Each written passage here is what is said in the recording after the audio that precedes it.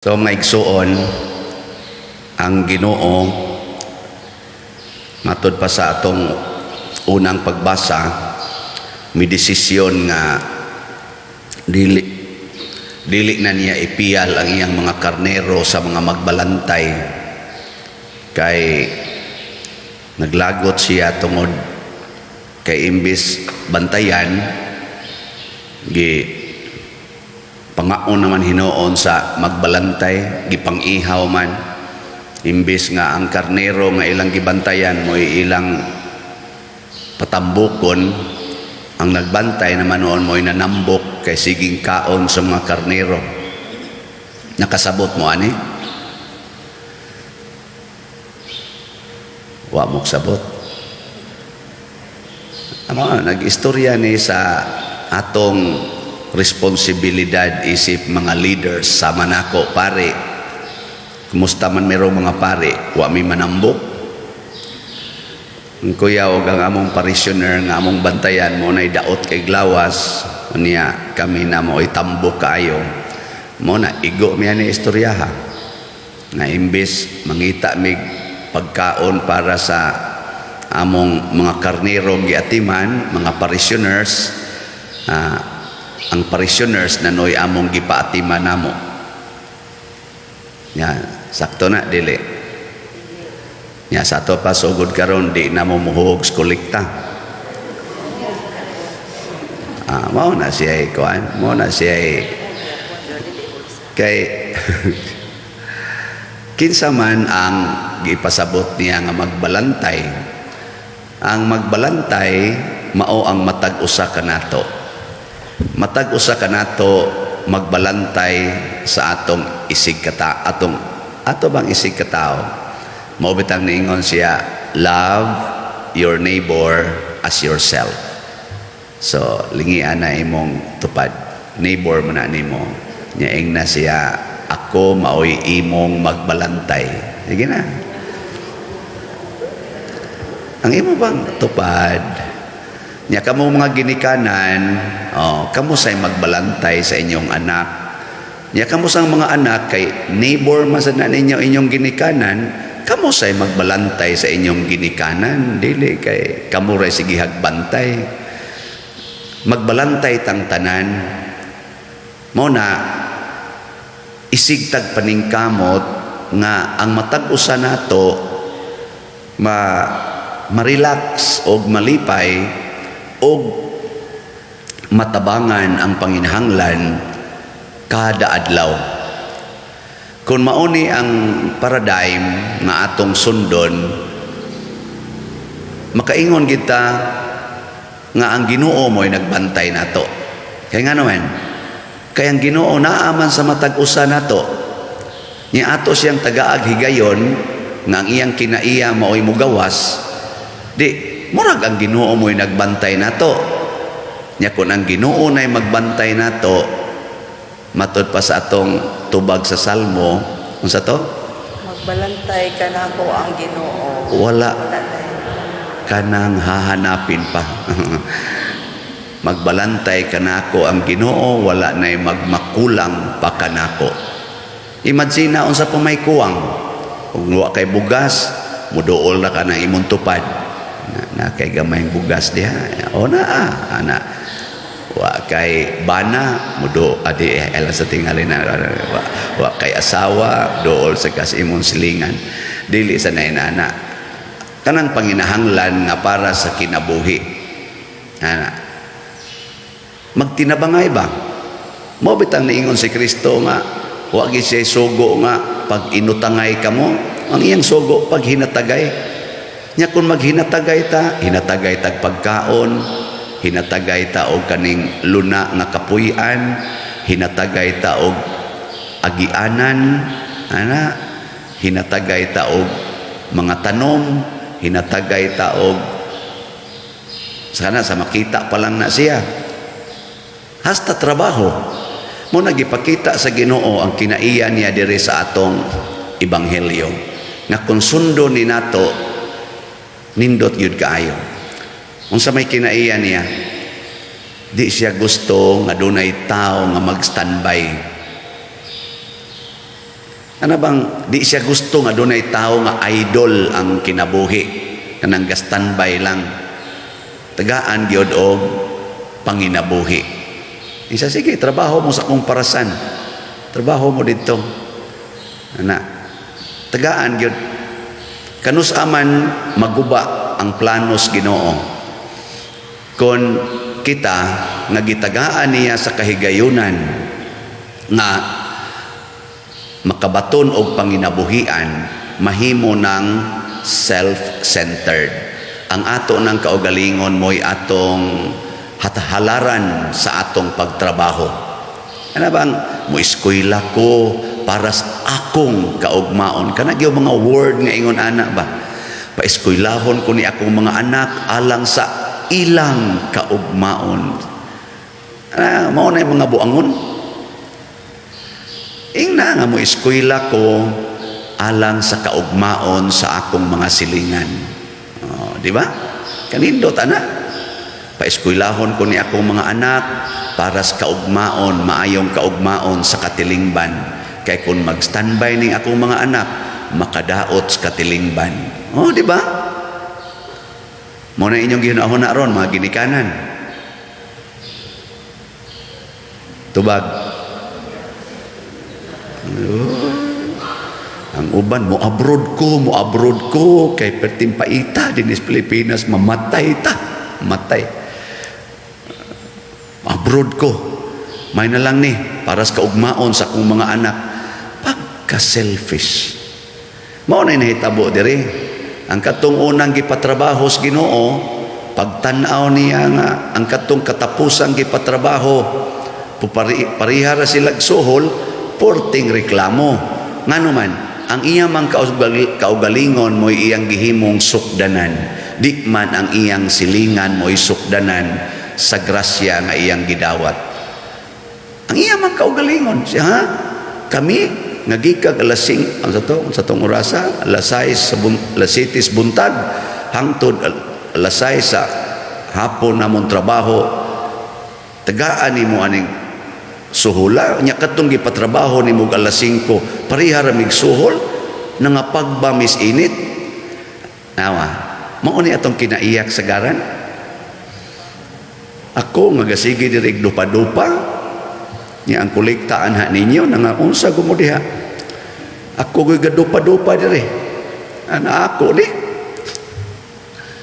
reklamo sa mo pader wa gid amo diri di ay ana maniho mo inyo diha mao man ay roll good ako may nagmisa ari ginanako kolekta siyang paradise katikista ay sus pasolisita na sila nangahiwi na taong tiil sa katikista o lakaw ngadto pa dong skuan wa may pamliti nya na mga sakristan sad sa sakristan kami diri wa gani gyud painit nga niglakaw sa kristan kasabaan pag pare kay wa may pagka serve na maglaw-yaw nga ito ang tao pakistan stricto pa kayong animal mundang ta ano bang nangakuan na ba nangaukay na so ako ningkamot ko dirig misa ningkamot ko dupa-dupa dasigon ta mo paghugs kolekta pakapinan pagpalit og slot para ni natong tanan dili ni para lang nako or para lang sa ni-serve nako para ni natong tanan saon man aron makapahimos mo atong arang-arangon ang inyong lingkuranan ay ganun lingi ako na imong tupad na nakauyon kasi imong gilingkuran kana sad ba kay o wa mo kauyon ato nang ipangsugno doy ato nang gubon okay ra ninyo okay ra nya ato sang arang-arangon ang ato dinhing sod sa simbahan ini palibot aron di sa kita mauwaw dinhi og naay mo bisita natong manimba kay kamo biasa mauwawan ingnon biasa unsam sa ninyo simbahan diya nya tan-aw ninyo malipay mo tan-aw ni ato simbahan Di mo ni resulta sa atong pagsigi og tinabangay para sa tanan. Mo na mo palit gani mong slat, ay ingon palitag slat parang padersiano. Ayaw mao bitaw nga si San Vicente Ferrer og ang mahal nga Birhen Santos nga Rosario ang atong gihimo dinhing mga patron ngano man kay sentro man na sila sa katilingban. Pasabot kanang atong paliton nga slat para na sa tibuok simbahan. Dili ra gani dinhi sa ato, apil lang adtos uban. Pasabot ang gusto des Ginoo mahimutang maayong magbalantay, katilingbanon ang atong panglantaw, dili individual, dili kaugalingon, katilingbanon. Ug maunay atong ipangandoy sa atong mga leader sa kalibutan, katilingbanon. Muna ang Russia, ang iyang gihuna-huna, ang iya namang standard, ang Ukraine, ang iya masang standard, nangaguba na karon. Ug naapay daghang mga nasod nga nagsunod, nga gubununo na sad sa gubat, tungod lagi kay ang ilang kaugalingon mo'y gilantaw. Nganong nagsigi man taghimo ani mga armas nga purting mga ngilngigang mga armas para ipatay. Gasto og binilyon para sa mga igugubat nga mga kahimanan. Para unsa man na? Para sa kaayuhan sa katilingban o para sa kaugalingon? Kaugalingon. Mauna, peligro kay nistanan. Karon magsugod sa atong klase. I hope ang mga educators, atong mga teachers, mga professors, i-inculcate unta ni sa kinabuhi sa mga estudyante. Kaya mga estudyante karon selfish na sad kaayo, gitudluan anang cellphone, sige nalagtan-aw anang cellphone, di na mo mind sa iyang ginikanan, sa iyang igsuon, sa iyang silingan. Hasta gani pare mo abot ngadto sa balay, di nakabaong mo grade sa pare, sige na lang atubang sa computer, ana sige na lang ang mo grade, ang katong mga tiguang mo'y mo amin, ang mga batanon sige ilang yun, di gyud mulingi. Kung ano na badlungono na kaayo, mura silang mga out of this world. Tinudanay ang mga batasan ron kasagaras mga batanon, di inon kay tanan, mura silang wa aning kalibutan na, di sila kay bawang mo mulihok kanang basic etiquette kung naibisita sa balay na nagsigi lagyak ka hapit gani di mo wag yun kaingon ko hain naman ng ilang kitas una og naay mo usi ganing iro gani wa naman hipos na yun na tanan halala na itaw bisita at tubang na yung mga ginikanan kita sa diris daplin formal kay mga naong badlis ang sipon diri ari ana. Pero formal kay mga naong mo kuan gyud. Pero karon mga batanon na esos. Ako tupad kog lingkod na adas daplin sa sopa gasigig ana. Tupad kog lingkod mahiri gud gamay iyang lawas ana sige lang yapon. Wa gyud di gyud mo tagad. Unya og di ta ni sila tudluan na kini di ang atong kinabuhi is social, dili lang individual, dili na nisla ka maong mo care sa society.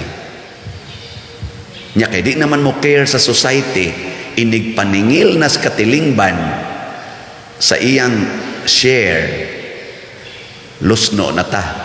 Ug unsa may paninglon sa katilingban, ang unity, harmony, peace, o di na ni mahatag sa individual, kuhaon ni sa katilingban, mao na na ang mupuli, gubat, kamatay, panag-away. Ang mga magpamilya, inig kakuan, inig kakasal, buwag lang sa dayon. Nga naman, di man ka maumuhatag, pangkatilingban, niya ka ng pamilya, pangkatilingban mo na, niya kining kasigi regluwa aning cellphone, oy, koto bragid na sa sex. Ay sige, sa nagtanaw porn diha. Koto bra na sex. Ikaw na ilami. Buwag ta. Pariharasan na sa cellphone. Og di na ti ka ganahan. I-unfriend ti ka. I-block ti ka. Ana. And that is now the paradigm.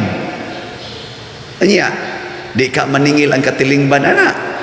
Maningil, maggubat gyud, magkagubot gyud, og mao na ang mo determine tapuso na bas Ginoo ang kalibutan o dili pa ba. Pero moabot ng panahon nga wa nag-giusa nga mo care sa kalibutan, tapuson gid na sa Ginoo. Ngano man matod pa niya, pasaupan akog lain. Kaya matag-usa ninyo kasi ginalagpatambok sa kaugalingon. Ako dala nin pasaupan og lain, wa mo'y kapuslanan. Mo tong niingon siya diri, oy migo, sige kagyaw-yaw diha. Ako man ni, ako ning kwarta. Pauli, mo man ko ni violate nimo. Ang ako nga makakita unta ka na kamong tanan akong gipatrabaho. Gusto ko nga kamong tanan doon na mo'y makaon.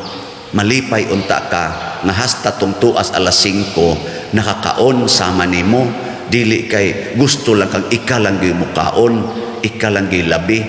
Inana man gud ta usahay. Pila na islat na palit ninyo?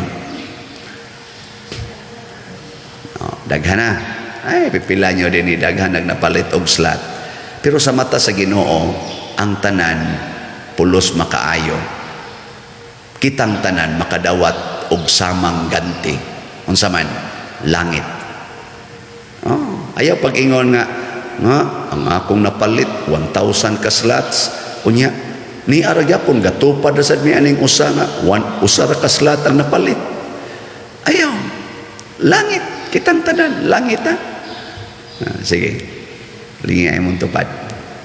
Sige na. Kuyog tas langit na. Ingon siya, ato ko sa langit siya palit na kang slot. So salamat kaayo kay gahapon ang ato nang na-record ng atong slot na halin sa DOPS niabot na og 2,309 ka slots.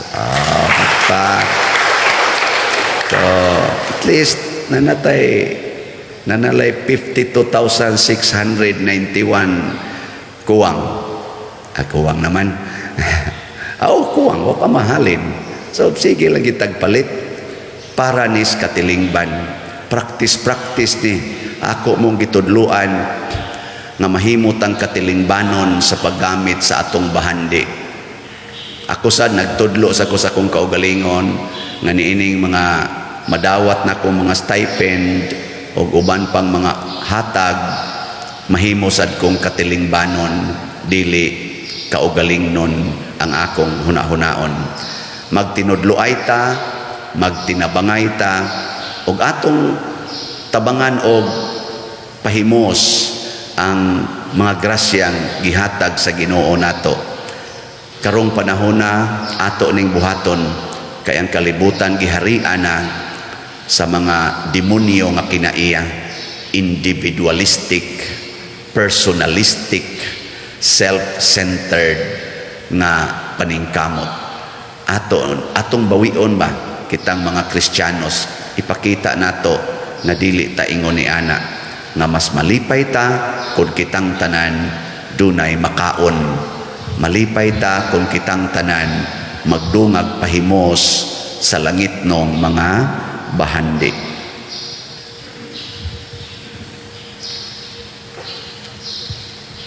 Pagampo sa katilingban.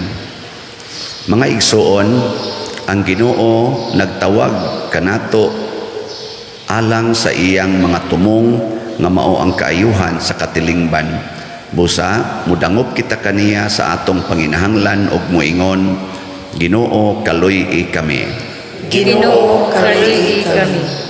Alang sa simbahan nga pinaagi sa panigingnan sa atong manunubos, mukaylap kini diha sa pagkamaangayon, magampo kita sa Ginoo. Ginoo kaluy kami. Alang sa atong nasod nga mahimong matinud-anon sa paghatag ug hukom, sibo ug haom diha sa pagkamanggihatagon, magampo kita sa Ginoo. Ginoo kaluy kami. Alang sa tanang nangalagad nga ilang mapaambit ang tiunay nga gugma ngadto sa ilang gialagaran, magampo kita sa Ginoo. Ginoo kaloy kami.